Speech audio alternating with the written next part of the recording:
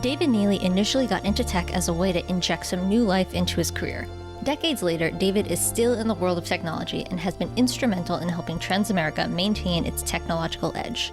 In this episode, David and Ian discuss why it's so important to avoid complacency and what it means to be an IT leader. From always being one step ahead of the latest updates and upgrades, to investigating and then implementing the idea of citizen developers, David has found a way to increase the bandwidth of services Transamerica can provide while inspiring innovation and excitement among his employees.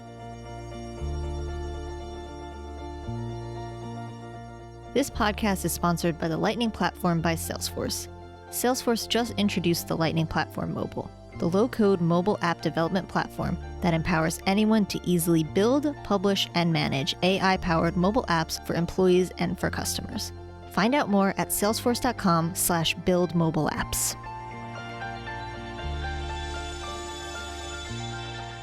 Welcome to another episode of IT Visionaries. I'm Ian Faison, Chief Content Officer here at The Mission, and I have special guest on the other line.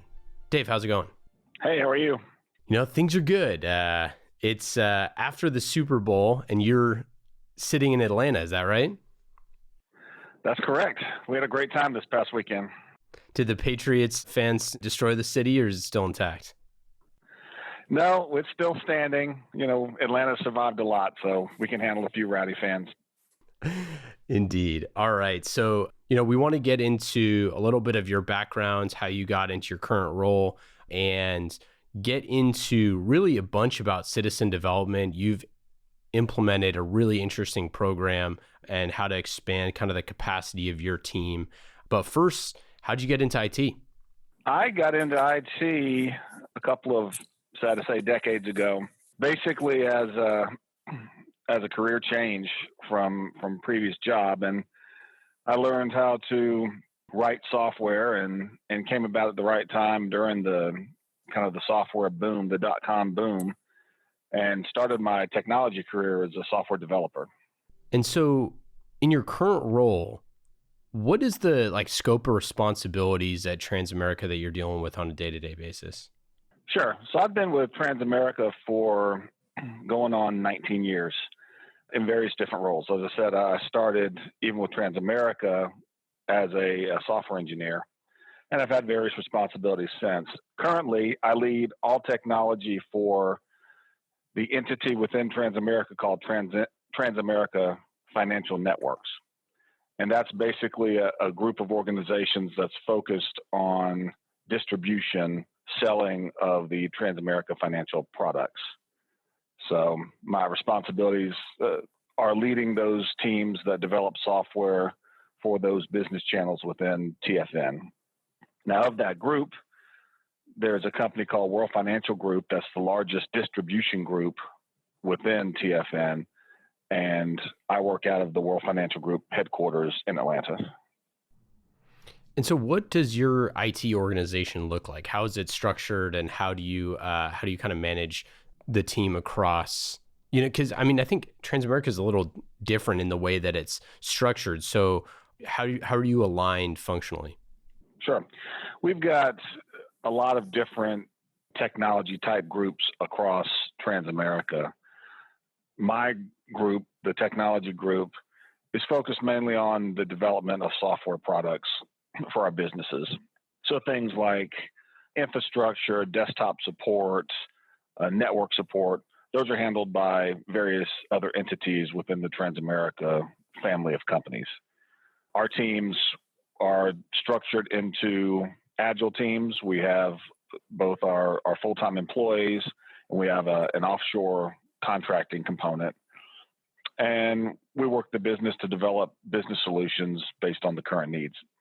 So when you were looking at this idea of citizen development, how did this kind of come about? Was it something where you needed additional capacity for your team, or was it something that you had heard about? What was the kind of impetus for building this program?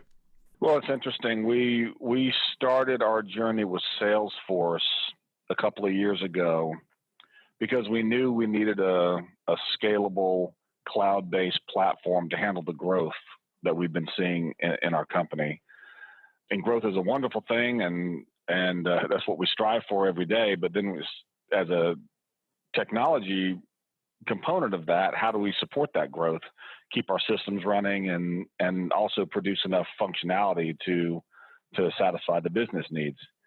So we went with Salesforce because they obviously were an industry leader in that space, and beyond just the core CRM capabilities, it's actually a complete development platform where we can create our own custom application specific, to a business problem. So we started down this path with very little experience, and we were building up our staff, in skills, and we brought in some consultants to help us get off the ground. So once we kind of got past that initial hurdle and we got a little bit more comfortable with our teams developing applications in Salesforce, our success manager from Salesforce came to us and said, "Hey, have you ever heard of a citizen, what Salesforce calls a citizen developer?" And we hadn't.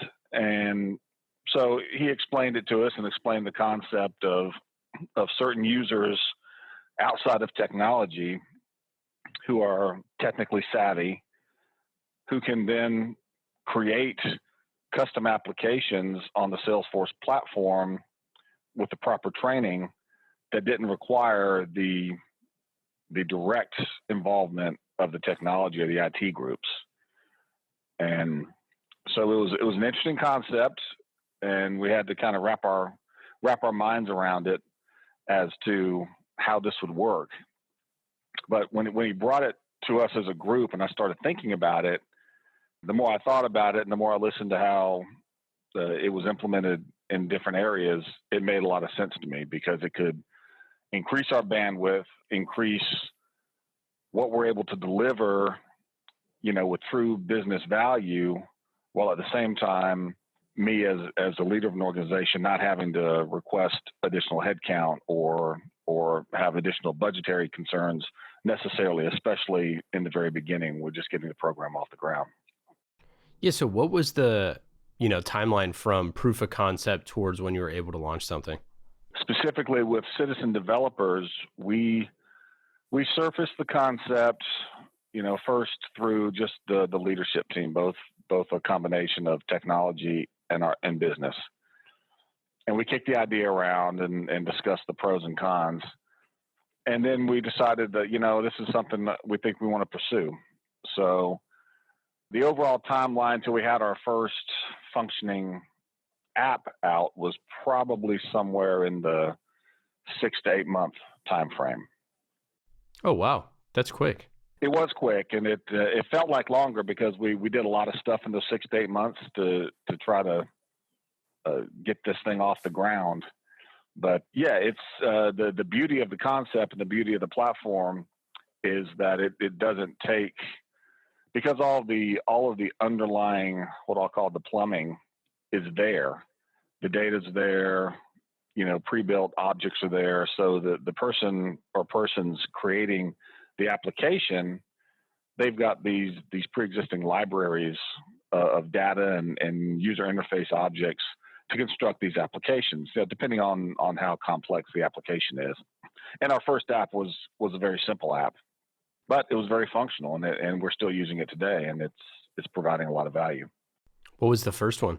The first one that we had completely as a custom application was a survey app, and we had been using a third-party survey tool that we obviously had a contract with and we're paying for.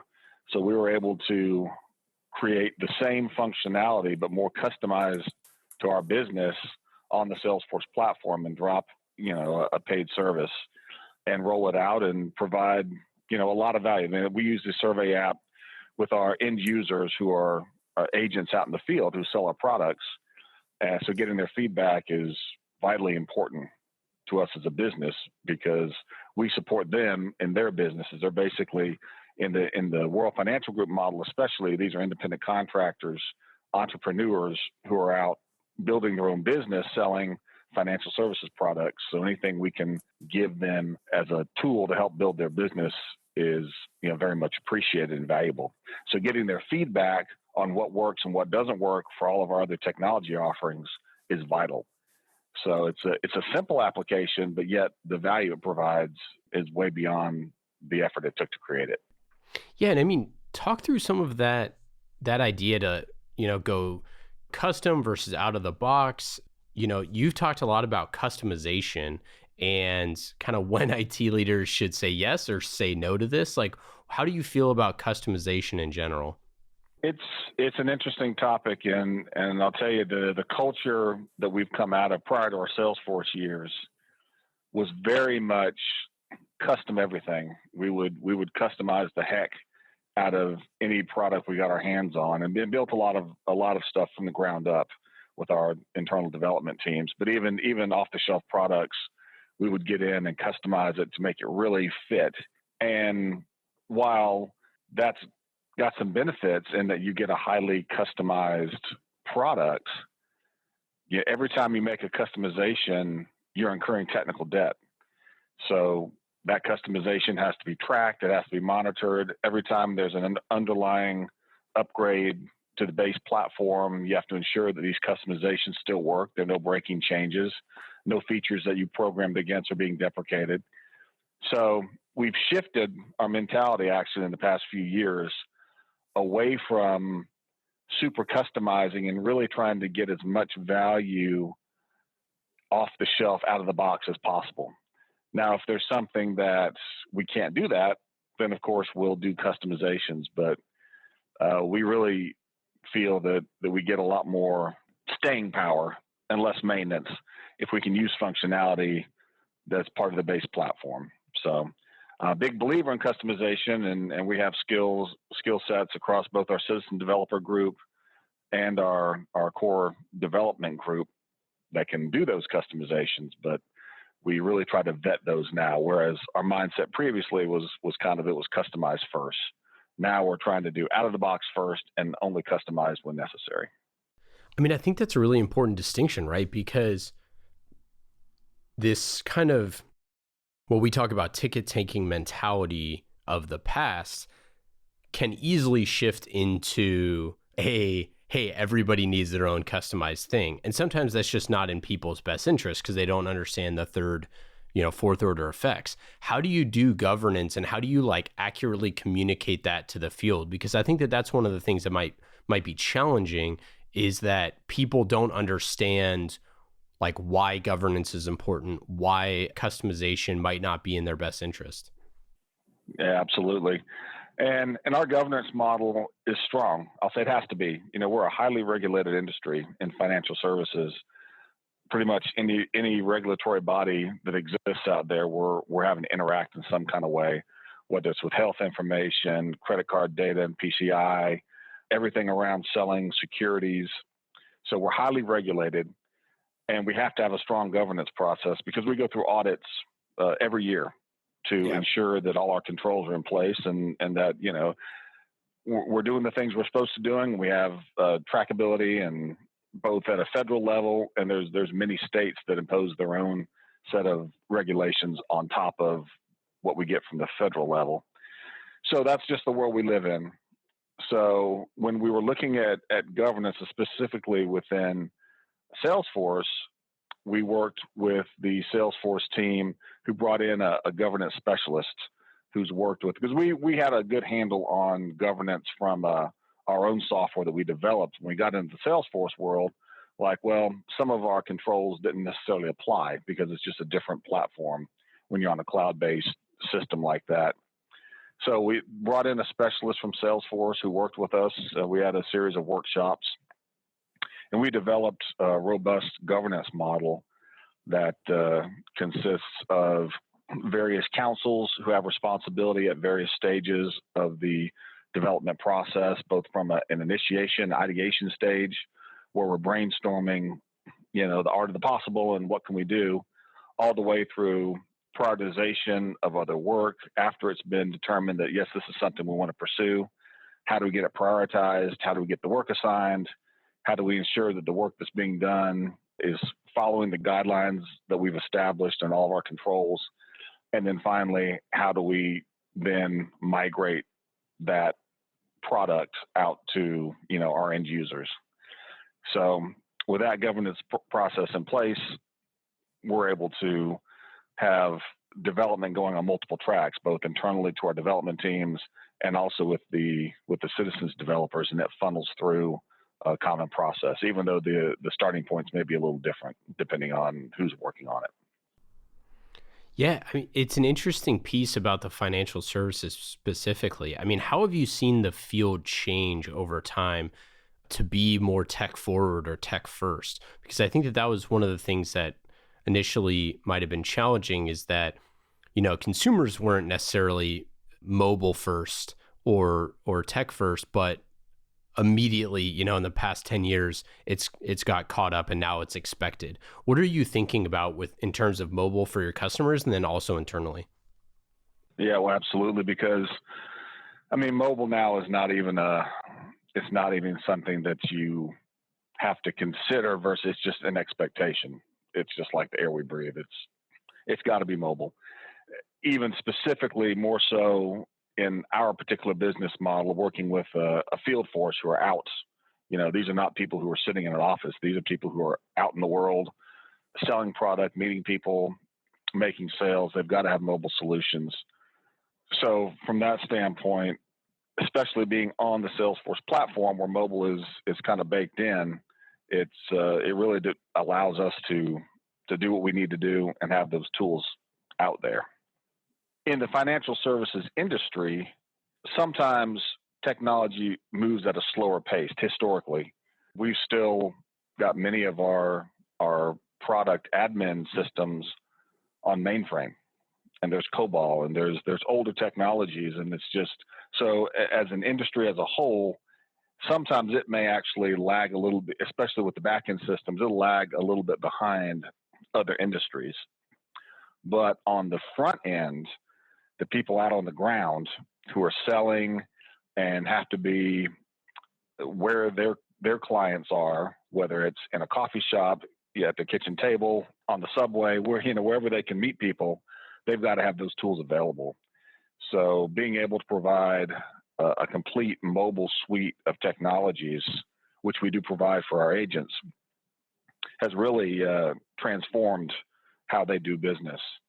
And new people coming into the financial services field as a financial services agent, the younger generation just expects it. People who've been doing it 30 years, they're still comfortable pulling out a piece of paper and starting an application or doing things paper-based or notebook-based. But the newer folks coming in, they expect mobile tools because that's what they've kind of grown up on. So we're fortunate to be able to provide those for them. Why do you think it's important to keep changing and trying new things? It seems like, the shift to citizen development, for example, is something that is obviously like growing, but it's still nowhere near industry standard. I think a lot of people are kind of just, transparently just worried about giving those powers to regular employees because it can be distracting from their work potentially or whatever. You've helped transition your team from like paperless stuff, to DocuSign and toward apps and all this. How do you view this type of innovation and why it's necessary? For our company, technology is the driving force. We can't staff up enough to provide the functionality that we would have to and have a profitable business model. So technology is at the core of what we do as a company to be able to provide those services out to our field. So when the concept of citizen development, any concept that comes along that allows us to potentially do more with either less or even with current staffing models has immense value to us. So that's why the cloud in general, where you've got almost near infinite scalability, is key. So as we grow year over year, we're not constantly chasing the next level of hardware or having to do these endless upgrades that we've been in past years, where you're constantly chasing the next round of hardware improvements to just kind of keep your head above water to keep up with the growth. That's really interesting because, you use consultants and all sorts of different stuff to build your IT organization. So it's an interesting distinction of like, IT is just really expensive. It's expensive to hire engineers and all of this. So in order to maintain the type of business model like you have and maintain profitability, like you need to look outside the box. And I think it's probably the same way for every company. They just might not realize it, right? Oh, it's very expensive. Consultants are they're highly trained, but they come at a premium. They're very proud of what they do, is the way I like to phrase it. I mean, and they fill a need, but I've long held that you're never going to grow your business to the next level with consultants. They come in, they serve a purpose, they'll get you off the ground. They got us off the ground, and consultants are wonderful, but if you put too much of the lifeblood of what you're doing to produce for your field in the hand of consultants, you're taking a huge risk. And so I think we've been very targeted in our use of consultants, brought them in, but you have to have an exit plan. And then with that exit plan, you transition to a core team of internal developers. We have at least internal developers, and we have our offshore partners, but we don't treat them as consultants where we just say, take this and go do. They're integrated in our teams. So there's less risk there because there's no silos of productivity that only our offshore partners are doing. So we just really treat them as staff augmentation as an extended part of our team. So that's a differentiation between a consulting group who comes in to perform a certain task or work with some technology we might not be familiar with. And then, of course, our citizen developers, which, and to an earlier comment you made, we had to fight some of and honestly, even in my own thinking, we had to come to grips with what that means. Because when you say, there's always traditionally in IT, and I've been in the IT industry for a number of years, pushing 25, and people get protective of their space and their responsibilities. And, that's certainly true of IT as anywhere else, maybe more so. So when you have someone called a citizen developer who's outside of IT, the developers, they're like, hey, what do you mean a citizen developer? What does that mean? I'm a developer. Developers belong in IT. What's this about? So we really had to first understand the concept, buy into it, and then sell that as a leadership group to our staff and make them understand that this is not a threat to what you do. This is an enhancement that actually takes some of the pressure off of the teams because we can be delivering business value through that channel with the proper governance, which we didn't install for the citizen developers. It's not just the Wild West where they're throwing out apps into the ecosystem. It's highly, highly governed, but it's an avenue where value can be delivered while the true core technical team is working on much more complex solutions. One of the things I told my leadership team is that I really don't want one of our highly trained, highly paid developers producing apps that you can just drag and drop and click. So those applications are wonderful and they have business value like we've talked about, but that's not the best use of time for our highly trained staff. I mean, they're working on complex data integrations. They're working on baseline infrastructure, tying in other external systems and all the rest that really requires the skills of a full-blown developer. So even if we didn't have citizen developers, I would have been hard-pressed to have my development staff working on the kind of things that our citizen developers work on.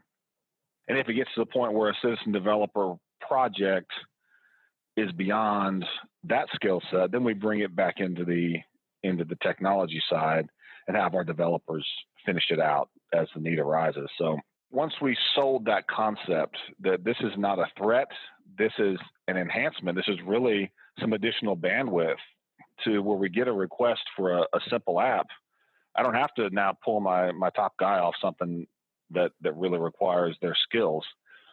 So we sold it that way, and once the kind of light clicked on, and it was a series of communications, we kind of had to sell it to the team over and over again.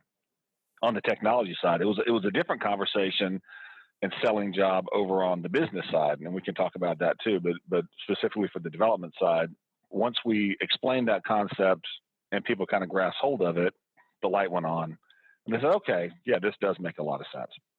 Yeah, it really, I mean, it's a new age, right? With this idea of developers, because I think for a long time, a developer was a developer, right? Like that, there was only one type. I mean, obviously there's Java and there's all sorts of types of developers. So I don't mean to say that's all my developer friends out there, but I just mean like you were the one writing code, basically is what I'm saying. And I think with this new type of developer, which is, called the citizen developer, this idea of like the no code developer is a really valuable tool as a first look at, hey, could we get this done with someone who, doesn't have the CS degree or went through the coding boot camps or has been, writing code for the last 20 years?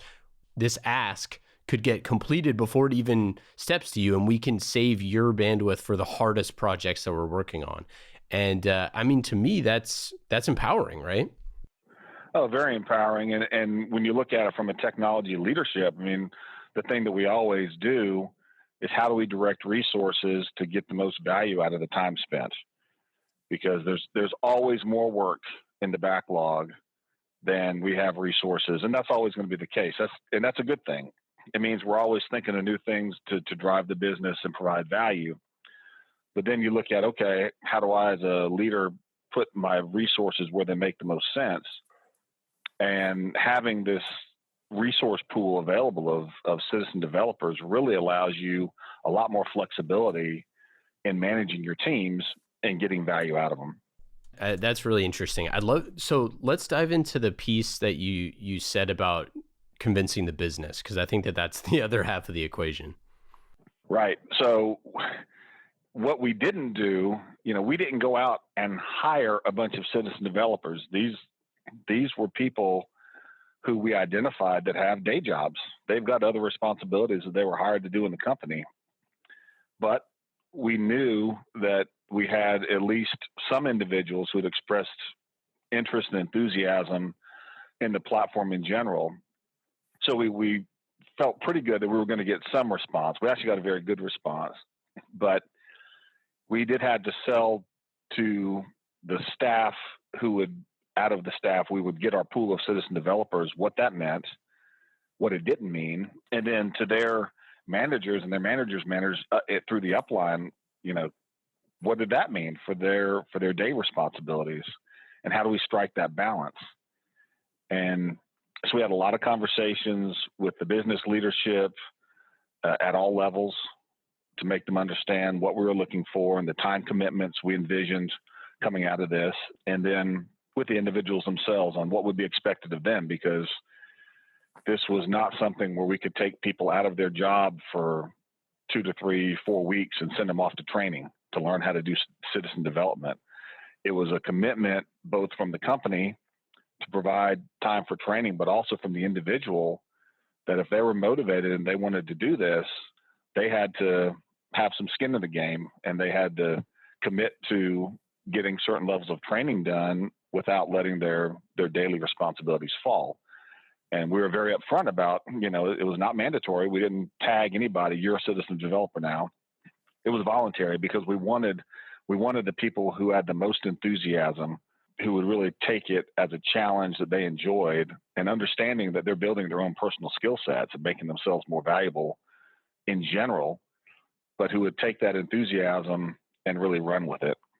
And so that was a really good approach, I think.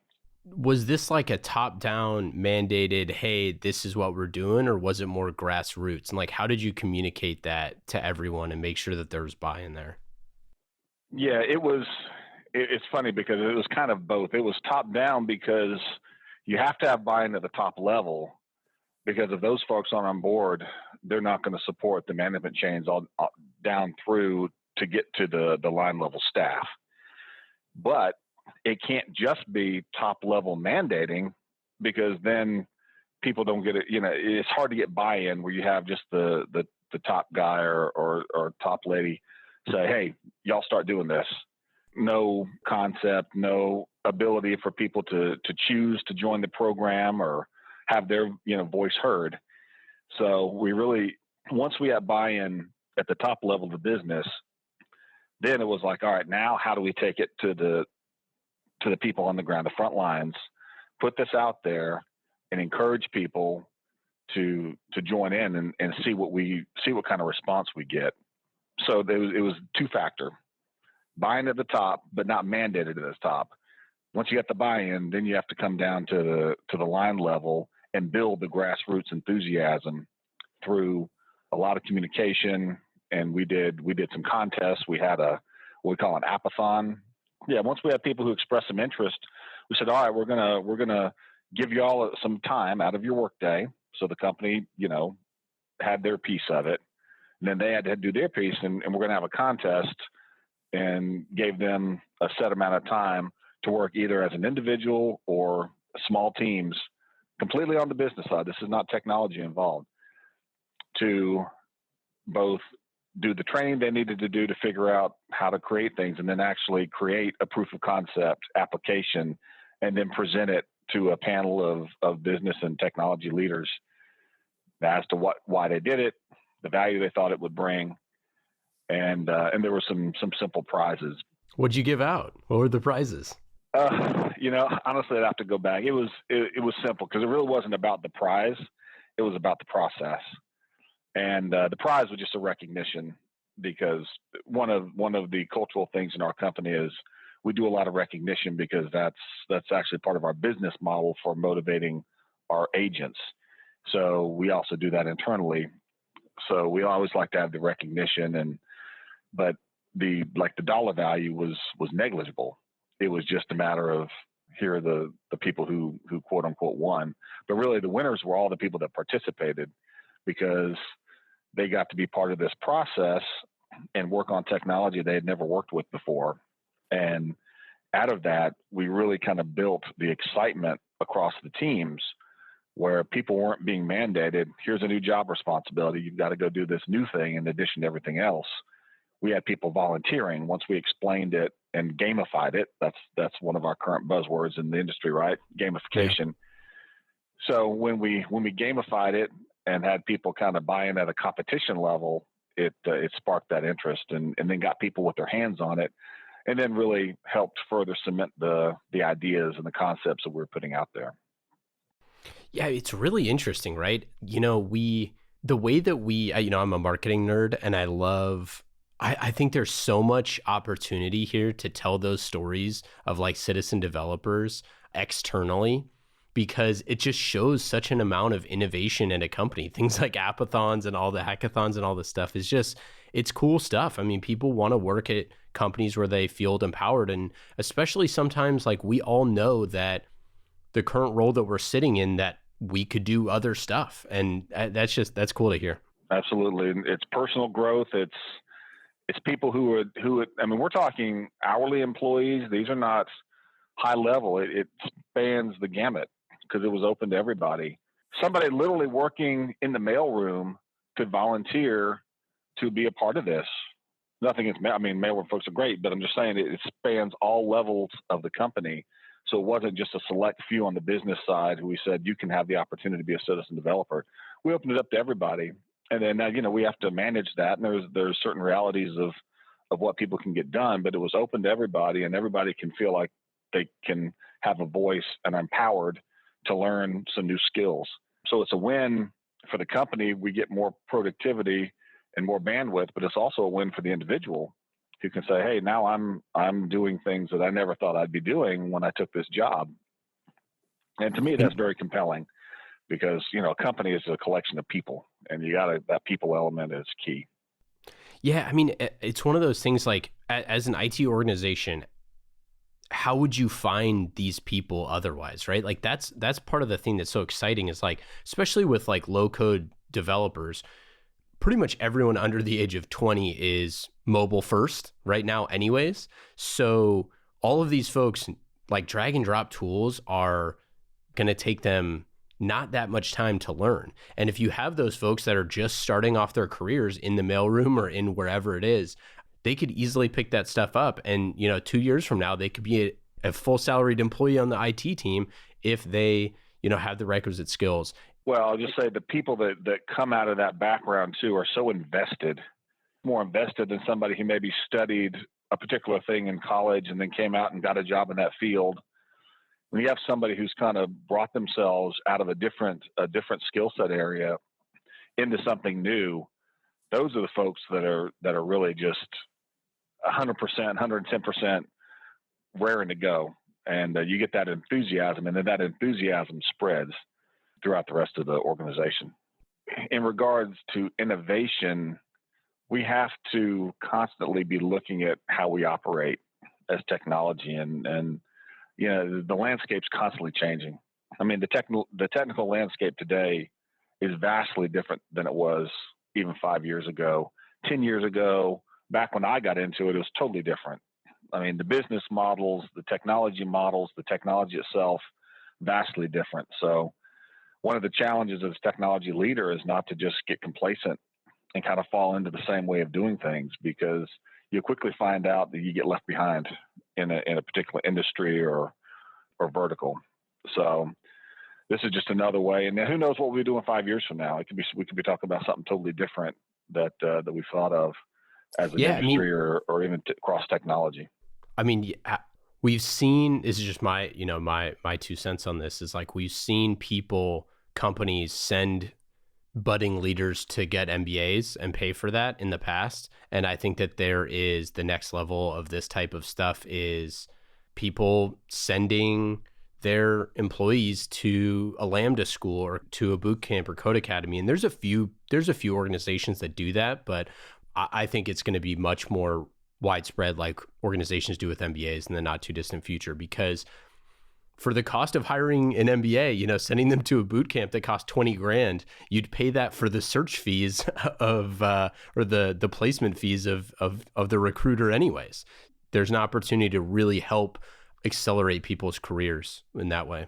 And even the innovation advancements in the training space, where you don't necessarily now have to send somebody away. We use the Salesforce training platform Trailhead extensively, and when we were spinning up both for our developers, because there's obviously courses that are very, very technical based, but very much so for the citizen developers as well. One of the first things we did as we developed this program was created custom, what they call trail mixes, which are collections of modules that we want our citizen developers to go through to get them their base level knowledge. So we didn't just say, oh, you want to be a citizen developer? Well, just go learn some stuff and we'll see what you can do. Totally. Targeted courses that they have to complete, which tells us that they're motivated and they're invested, and it's not just paying lip service to it, because it takes time and effort. And they've got to get these badges, and then beyond the badges, there are certifications that people can attempt to pass. So the training opportunities are vastly different today than they were not very long ago. And so I think that's just going to lead more to, as you were saying, not just the old school model of send somebody to get an MBA and now expect them to be, skilled and motivated in whatever area you want to put them towards as a management group. Let's get into the lightning round. It's going to be fast and easy questions, stuff you haven't heard before. You didn't get these ahead of time. No prep required. Just like the Lightning platform, It's fast and easy. Are you ready? I'm ready.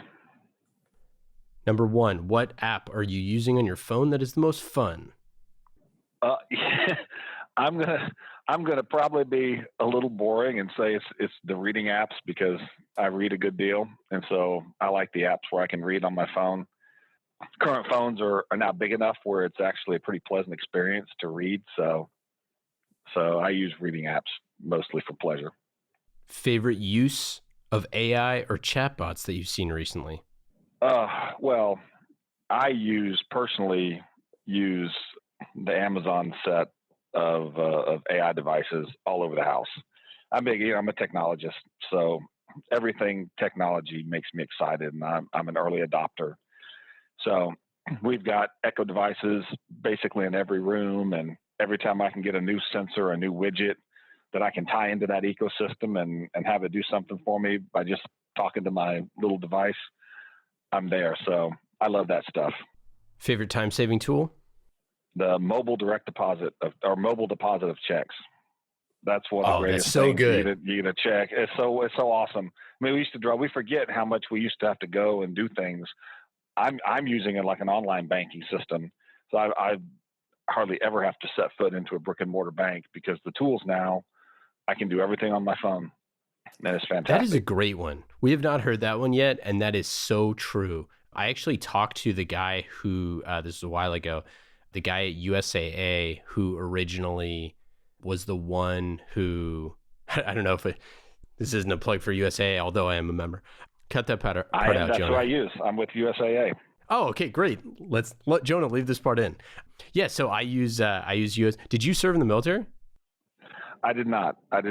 My grandfather on my wife's side did. Oh, awesome. Shout out to USA. They're great.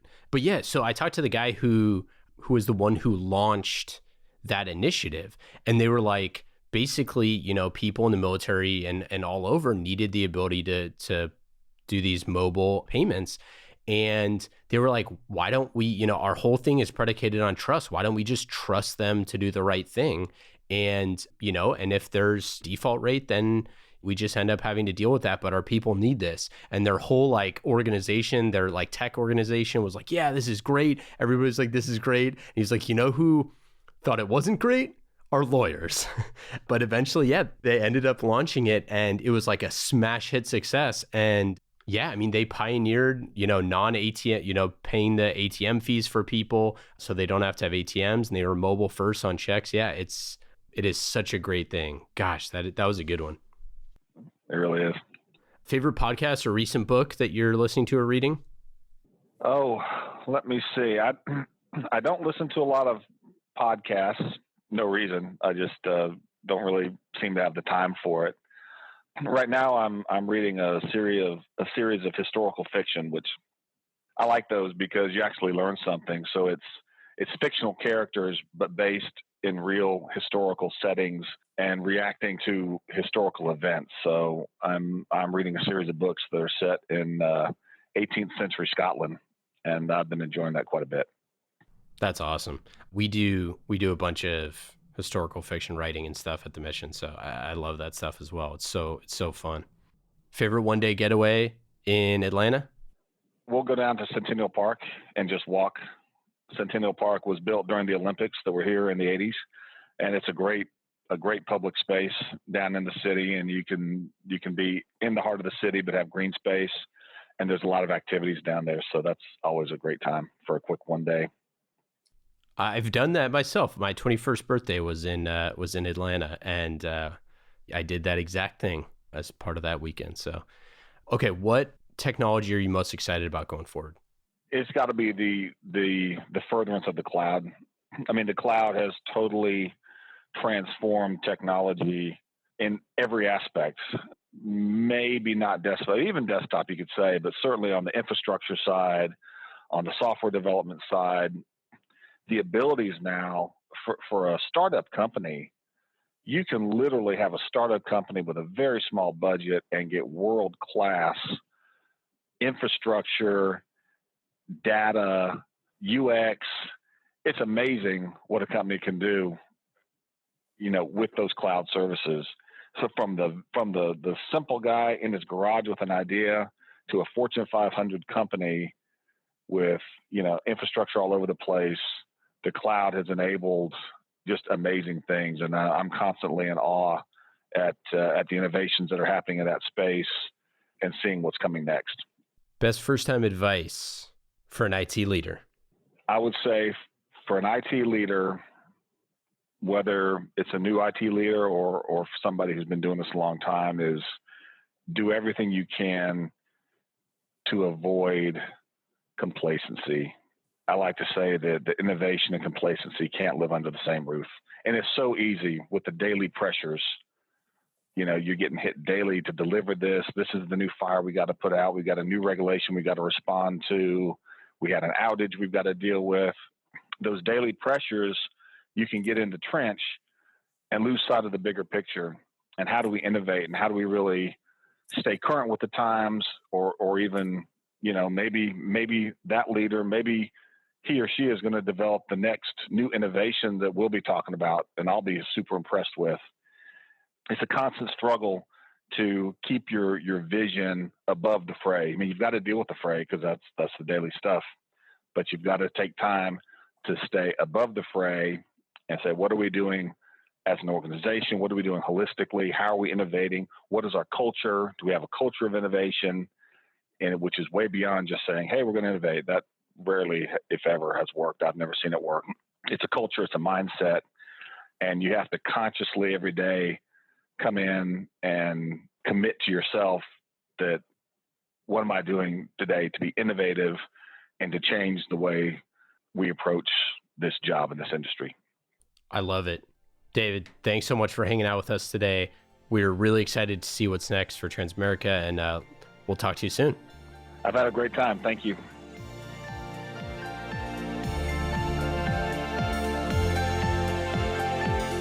Thank you again to our friends at Salesforce. IT Visionaries is brought to you by the Lightning Platform by Salesforce.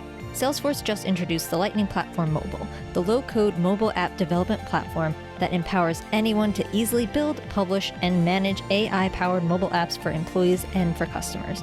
Find out more at salesforce.com/buildmobileapps.